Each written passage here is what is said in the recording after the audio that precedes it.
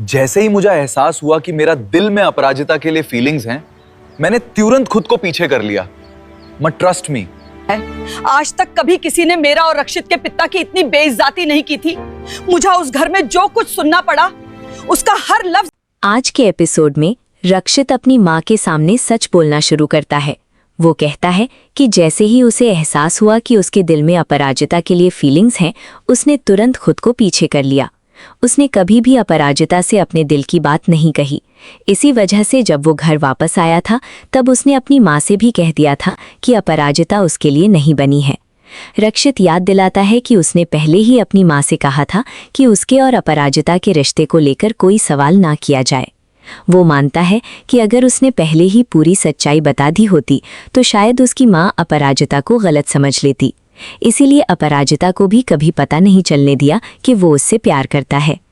रक्षित अपनी बात पूरी नहीं कर पाता और रुक जाता है। फिर वो अपनी माँ से माफ़ी मांगते हुए कहता है कि उसे पहले ही सब सच बता देना चाहिए था कि वो और अपराजिता सिर्फ अच्छे दोस्त हैं। अगर उसने ऐसा किया होता तो आज उनके परिवार को इतनी बेइज्जती का सामना नहीं करना पड़ता। रक्षित की माँ बहुत दुखी होती हैं। वो कहती हैं कि आज तक कभी किसी ने उनकी और रक्षित के पिता की इतनी बेइज्जती नहीं की थी।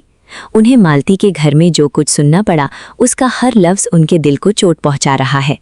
रक्षित बार बार उन्हें शांत करने की कोशिश करता है और कहता है कि डॉक्टर ने भी उन्हें टेंशन ना लेने की सलाह दी है, लेकिन उनकी माँ किसी भी तरह शांत होने को तैयार नहीं होती। वो कहती हैं कि आज जो अपमान हुआ है उसे वो कभी नहीं भूल सकेंगी।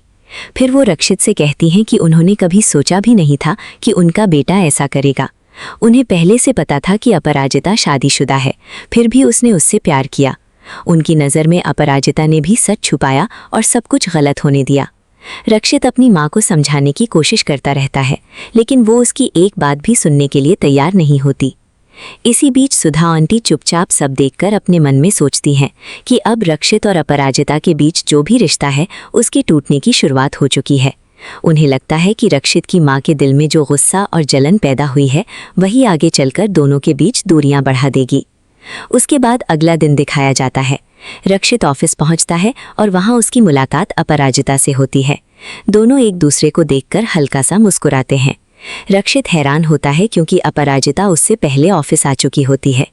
जब वो पूछता है तो अपराजिता कहती है कि कभी कभी फैसला लेने से ज़्यादा मुश्किल उस फैसले को बदलना होता है।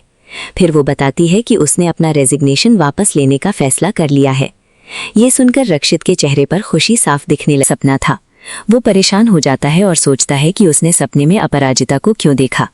फिर वो खुद को तसल्ली देता है कि अपराजिता के साथ कुछ भी बुरा नहीं हो सकता। दूसरी तरफ अपराजिता के घर में माहौल बिल्कुल अलग होता है। घर वाले उसके वापस न आने की वजह से परेशान होते जा रहे होते हैं। मालती गुस्से में अपराजिता को दोष देती रहती है और कहती है कि उसने पूरी रात घर से बाहर बिता दी और उसे अपने माँ बाप की बिल्कुल परवाह नहीं है। इतना सुनते ही अपराजिता के पिता चुप नहीं रहते। वो पहली बार खुलकर मालती का विरोध करते हैं। वो कहते हैं कि जब उन्होंने खुद ही अपराजिता के लिए इस घर के दरवाजे बंद कर दिए थे, तो अब उसके घर न आने पर सवाल करने का भी कोई हक नहीं बनता। वो याद दिलाते हैं कि जब एक बेटी टूटकर अपनी माँ के पास आती है तो माँ उसका सहारा बनती है, लेकिन मालती ने उसका साथ देने के बजाय उसे अकेला छोड़ दिया। अपराजिता के पिता को लगता है कि वो अब तक सिर्फ पति और पिता की जिम्मेदारियों के बीच उलझे हुए थे, लेकिन अब उन्होंने फैसला कर लिया है। वो कहते हैं कि आज से सबसे पहले उनकी बेटी है और वो उसी को ढूंढने जा रहे हैं। उसके बाद सीन रक्षित के घर पर शिफ्ट होता है। सुबह रक्षित ऑफिस जाने के लिए तैयार होता है। उसकी माँ उससे पूछती हैं कि क्या वो आज ऑफिस जा रहा है। रक्षित हाँ में जवाब देता है और कहता है कि ऑफिस में काफ़ी काम है, लेकिन उसकी माँ के मन में कुछ और ही चल रहा होता है। वो सीधा रक्षित से कहती हैं कि जब वो ऑफिस पहुंचे तो सबसे पहले अपराजिता को नौकरी से निकाल दे। ये सुनकर रक्षित एकदम हैरान रह जाता है। वो पूछता है कि बिना किसी वजह के वो किसी को कैसे निकाल सकता है। रक्षित की माँ गुस्से में कहती हैं कि अपराजिता की माँ ने उनकी बेइज्जती की है और उसका जवाब मिलना चाहिए। रक्षित शांत रहकर उन्हें समझाने की कोशिश करता है। वो बताता है कि अपराजिता का डाइवोर्स केस चल रहा है और कल कोर्ट में उसकी पहली हियरिंग थी। उस वक्त मालती बहुत टेंशन में थी और सामने वाले वकील की बातों से और भी परेशान हो गई थी। इसी वजह से उन्होंने गुस्से में कुछ ऐसी बातें कह दी जो उन्हें नहीं कहनी चाहिए थी। रक्षित अपनी माँ से कहता है कि इस बात को यहीं ख़त्म कर देना चाहिए। लेकिन उसकी माँ उसकी बात मानने के लिए तैयार नहीं होती। वो उल्टा रक्षित पर ही इल्ज़ाम लगाती हैं कि शादी से पहले ही उसका व्यवहार बदल गया है। वो याद दिलाती हैं कि उनकी और रक्षित के पिता की सबके सामने बेइज्जती हुई, फिर भी रक्षित अपराजिता और उसकी माँ का ही पक्ष ले रहा है। धीरे धीरे उनका गुस्सा और बढ़ता चला जाता है। वो कहती हैं कि अपराजिता ने जानबूझकर अपनी शादी की बात छुपाई ताकि रक्षित उसके करीब आ जाए। उनके मुताबिक अपराजिता ने एक अमीर और सक्सेसफुल लड़के को देखकर सब कुछ सोच समझकर किया। इसी दौरान दूसरी तरफ अपराजिता के घर के बाहर ताला लगा हुआ दिखता है। पद्मा आंटी और घर के लोग सोचते हैं कि शायद अप्पू ऑफिस के लिए जल्दी निकल गई होगी। वो उससे फ़ोन करने की कोशिश करते हैं, लेकिन उसका फ़ोन स्विच्ड ऑफ आता है। तभी घर के और लोग वहां पहुंचते हैं और पता चलता है कि अप्पू तो कल शाम से घर ही नहीं आई। ये बात सुनकर सबके चेहरे पर चिंता साफ दिखने लगती है। सब लोग बार बार उसे फ़ोन मिलाते हैं, लेकिन कोई जवाब नहीं मिलता। अप्पू के पिता बहुत परेशान हो जाते हैं और बार बार कहते हैं कि उन्हें समझ ही नहीं आ रहा उनकी बेटी कहाँ चली गई। इधर रक्षित फिर अपनी माँ को समझाता है कि अपराजिता को कभी उसके प्यार के बारे में पता ही नहीं था। जब उसे सच पता चला तब उसने तुरंत रेजिग्नेशन देने का फैसला कर लिया था। रक्षित ने ही उसे समझाकर रेजिग्नेशन रोक दिया था। अगर वो चाहता तो अपराजिता उसी दिन कंपनी छोड़कर चली जाती, लेकिन रक्षित की माँ को लगता है कि रक्षित अब भी सिर्फ अपराजिता का बचाव कर रहा है। रक्षित बताता है कि अपराजिता कंपनी की सबसे अच्छी डिज़ाइनर है और उसकी वजह से कंपनी को बहुत बड़े मौके मिले हैं। लेकिन उसकी माँ साफ कह देती हैं कि उन्हें ऐसी एम्प्लॉय की ज़रूरत नहीं जो उनके बेटे की खुशी छीन ले। वो एक बार फिर रक्षित को हुक्म देती हैं कि आज ऑफिस जाकर अपराजिता को नौकरी से निकाल दे। रक्षित कुछ देर चुप रहता है, फिर बहुत शांति से अपनी माँ को जवाब देता है। वो कहता है कि उसने ज़िंदगी भर उनकी हर बात मानी है और कभी उनकी बात नहीं टाली, लेकिन आज वो ये बात नहीं मान सकता। वो मानता है कि अपराजिता से प्यार करना उसकी अपनी प्रॉब्लम है, लेकिन उसकी वजह से अपराजिता की जॉब पर कोई असर नहीं पड़ना चाहिए। अगर उसका दिल टूट गया है तो उसका दर्द वो खुद संभाल लेगा, लेकिन अपराजिता को किसी भी तरह का नुकसान नहीं पहुंचने देगा। इसीलिए वो साफ मना कर देता है कि वो अपराजिता को नौकरी से नहीं निकालेगा। रक्षित की माँ ये सुनकर और भी ज्यादा दुखी हो जाती हैं। उन्हें लगता है कि पहली बार उनका बेटा उनकी बात नहीं मान रहा और उसकी वजह सिर्फ अपराजिता है। उधर अप्पू को ढूंढने की कोशिश और तेज हो जाती है। अप्पू के पिता जब घर लौटकर सबको बताते हैं कि अप्पू रात भर घर नहीं आई, तब सब लोग हैरान रह जाते हैं। इसी बीच पता चलता है कि आरू ने पिछली रात झूठ बोला था। उसने कहा था कि वो अप्पू से मिलकर आई है और अप्पू घर पर ही है, लेकिन असल में वो गई ही नहीं थी। ये सच सामने आते ही सब लोग उससे नाराज हो जाते हैं। अप्पू की माँ को और भी ज्यादा पछतावा होने लगता है। वो सोचती हैं कि उन्होंने गुस्से में अप्पू को बहुत कुछ सुना दिया था और अब पता नहीं उनकी बेटी किस हालत में होगी। ऑफिस में रक्षित अपराजिता का इंतजार करता रहता है। जब अपराजिता नहीं आती तो वो और ज्यादा बेचैन हो जाता है। उसके दिमाग में पिछली रात की सारी बातें घूमने लगती हैं। उसे याद आता है कि किस तरह उसने अपराजिता को रेजिग्नेशन न देने के लिए समझाया था। उसने उससे कहा था कि दुनिया की बातों से डरकर पीछे हटना ठीक नहीं है और अपराजिता को अपनी नई पहचान के लिए लड़ना चाहिए। अपराजिता ने उससे कहा था कि वो उसके एक तरफा प्यार की वजह से उसे तकलीफ नहीं देना चाहती और इसीलिए दोस्ती भी खत्म कर देना चाहती है। लेकिन रक्षित ने उसे यकीन दिलाया था कि उसका प्यार कभी उनकी दोस्ती के बीच नहीं आएगा। वो हमेशा उसकी इज्जत करेगा और उसे कभी अनकंफर्टेबल महसूस नहीं होने देगा। जाते वक्त उसने अपराजिता से सिर्फ इतना कहा था कि वो घर जाकर आराम से सोचे और अगले दिन ऑफिस में मिलकर फाइनल फैसला करे। अब जब अपराजिता ऑफिस में ही पहुंचती और उसका फोन भी बंद मिलता है तो रक्षित की बेचैनी और बढ़ जाती है। दूसरी तरफ अप्पू के घर वाले भी उसकी तलाश में लगे होते हैं। आखिर में सब लोग रक्षित को फोन करने का फैसला करते हैं। जैसे ही कॉल कनेक्ट होती है, अप्पू के पिता घबराए हुए आवाज में रक्षित से सिर्फ एक सवाल पूछते हैं, बेटा बताओ अप्पू कहाँ है। इसी के साथ टीवी पर ब्रेकिंग न्यूज चलती है कि अपराजिता शर्मा अचानक लापता हो गई है और पूरे शहर में उसकी तलाश के लिए हाई अलर्ट जारी कर दिया गया है।